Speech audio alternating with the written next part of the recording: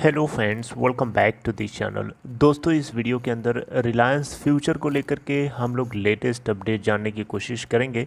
But उससे पहले आप लोगों से रिक्वेस्ट करना चाहूँगा दोस्तों, अगर आप इस चैनल को फर्स्ट टाइम देख रहे हैं, मेक श्योर कि सब्सक्राइब करके बेल आइकन को हिट कर लीजिए ताकि दोस्तों आपको किसी भी वीडियो की नोटिफिकेशन मिस ना हो। और दूसरी रिक्वेस्ट रहेगी कि अगर आप डीमेट या ट्रेडिंग अकाउंट ओपन कराना चाहते हैं, वीडियो के डिस्क्रिप्शन बॉक्स में एक लिंक आपको अपस्टॉक में अकाउंट ओपन कराने के लिए मिल जाएगा। दोस्तों, रिलायंस की तरफ से क्लियर कट जो है मैसेज आ चुका है कि रिलायंस क्या चाहता है, और रिलायंस की तरफ से ये जो जवाब दिया गया है, इससे कुछ चीज़ें और पता चलती हैं जो मैं आप लोगों के सामने डिस्कस करना चाहूँगा।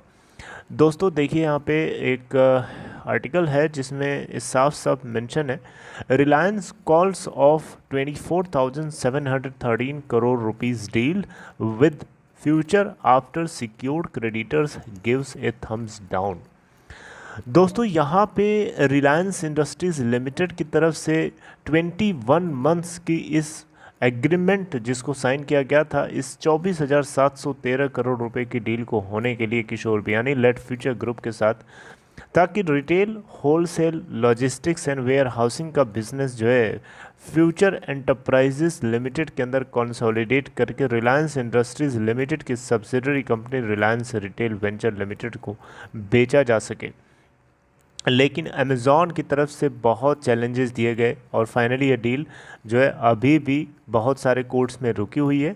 इस बीच 21, 22 और 23 ये 20 को भी 20th को भी ये अप्रैल को ये मीटिंग थी, और इस मीटिंग में शेयर होल्डर्स, क्रेडिटर्स, और यहाँ पे दो तरीके के क्रेडिटर्स है, सिक्योर्ड और अनसिक्योर्ड क्रेडिटर्स, इन सभी की मीटिंग थी फ्यूचर ग्रुप की सारे लिस्टेड कंपनीज के साथ।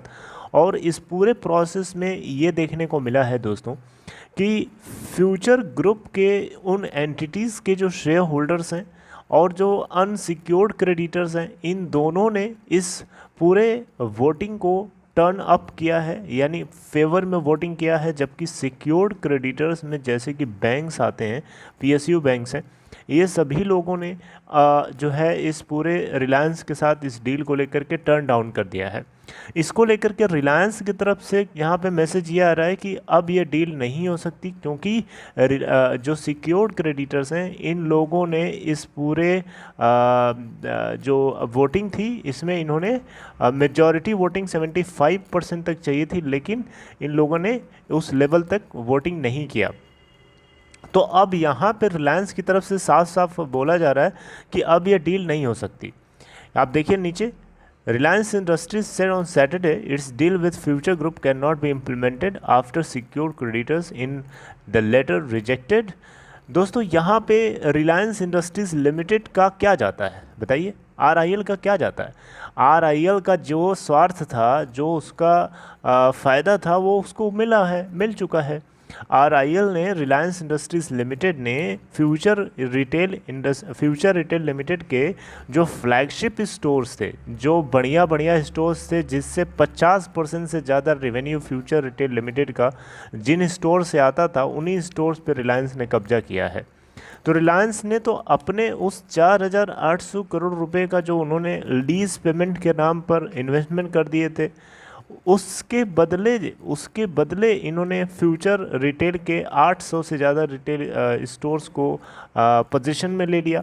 तो इससे क्या हुआ? इससे रिलायंस इंडस्ट्रीज़ लिमिटेड का फ़ायदा हो गया, उसका स्वार्थ निकल गया। बाकी अब वो सस्ते में डील कराना चाहता है, ये बैंकों को मंजूर नहीं है।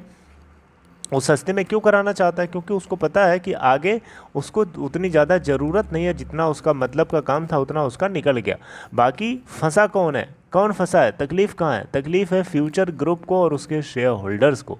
घुमा फिरा के तलवार कहाँ चलती है? घुमा फिरा के तलवार चलती है शेयर होल्डर्स की गर्दन पे और अनसिक्योर्ड क्रेडिटर्स पे, राइट।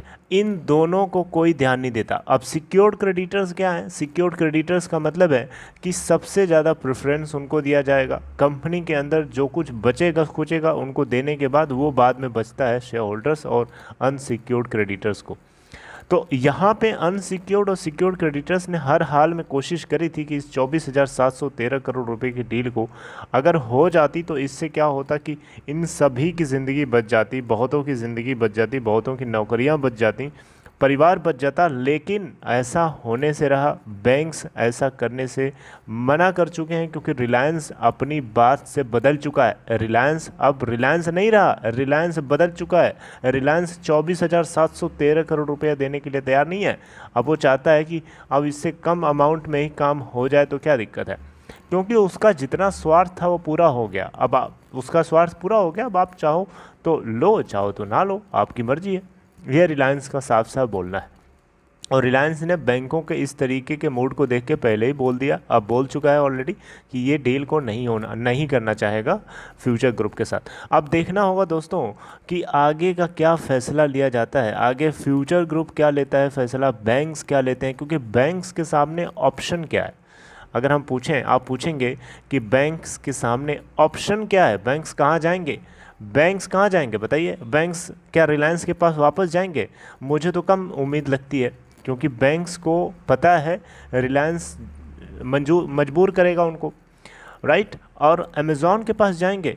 अब अमेज़ॉन के पास जाएंगे तो अमेज़ॉन पहले तो बोलेगा कि वो 800 जो स्टोर्स इन्होंने एक्वायर किए हैं, कब्जा किया है, आप पूरे उसे पहले वापस लो, उसके बाद ही बात बने। तो अब 800 के लिए रिलायंस से लड़ाई लड़ी जाएगी, क्योंकि 800 जो स्टोर्स रिलायंस ने एक्वायर कर लिए हैं वो भी अपने आप में एक तरीके से झगड़े की जड़ है, राइट। तो अब देखना होगा कि बैंक्स की कमेंट्री क्या आती है इसके ऊपर। अमेज़ॉन सामने आए, रिलायंस अब एक तरीके से कट चुका है, कट रहा है धीरे धीरे, क्योंकि उसका मतलब निकल चुका है। अब एनसीएलटी के अंदर लेके जाने के बाद भी बैंकों को कुछ मिलने वाला नहीं है, तो बैंक्स क्या करेंगे अब आगे देखते हैं कि कोई थर्ड प्लेयर तो नहीं एंट्री करेगा इसमें। देखिए कुछ कहा नहीं जा सकता, अब देखना होगा। अब मैं कुछ अभी कमेंट्री नहीं कर सकता इस चीज़ को लेकर के कि बैंकों के मूड में क्या, दिमाग में क्या चल रहा है, फ्यूचर ग्रुप के दिमाग में क्या चल रहा है, अमेज़ॉन के दिमाग में क्या चल रहा है और रिलायंस के दिमाग में क्या चल रहा है। रिलायंस तो अब मतलब की बात कर रहा है, अब जितना उसको चाहिए उतना मिल चुका ऑलरेडी। दोस्तों तो अब इंतज़ार करिए कुछ दिनों का, कोई ना कोई खबर ज़रूर आएगी जिससे हम डिस्कस करेंगे, और हम उम्मीद करेंगे कि फ्यूचर ग्रुप के शेयर होल्डर्स और अनसिक्योर्ड क्रेडिटर्स का जो मेहनत का पैसा है, का जो अमाउंट है जो लगा हुआ है इन कंपनियों में, प्लस जो एम्प्लॉयज़ हैं जो इसके अंदर काम कर रहे हैं, जो नौकरी कर रहे हैं, बहुत सारे लोग रिज़ाइन कर रहे हैं, राइट, अपनी लाइफ को बचाने के लिए, एम्प्लॉयमेंट को बचाने के लिए, अपनी नौकरी को बचाने के लिए, राइट। तो अब देखना होगा कि कंपनी को बचाने के लिए सरकार की तरफ से तो कुछ नहीं किया गया, लेकिन मे भी उम्मीद नहीं है वैसे सरकार से, लेकिन देखना होगा। जो कुछ डेवलपमेंट होगा आगे मैं आपसे चर्चा करूंगा। लेकिन इस बीच रिलायंस की तरफ से जो खबर आई उससे एक चीज़ साफ साफ पता है कि रिलायंस अपना फ़ायदा निकाल चुका है, बाकी उसको ज़रूरत नहीं है फ्यूचर ग्रुप की। जो स्टोर्स उसको चाहिए था वो ले लिया उसने। 800 स्टोर्स फ्लैगशिप स्टोर थे फ्यूचर ग्रुप के, कोई मजाक नहीं है, राइट। चलिए खैर अपना ख्याल रखिए दोस्तों। अगर आपको कंटेंट अच्छा लगा हो, अप्रिशिएशन के लिए लाइक कर सकते हैं इस वीडियो को, एंड टेक केयर।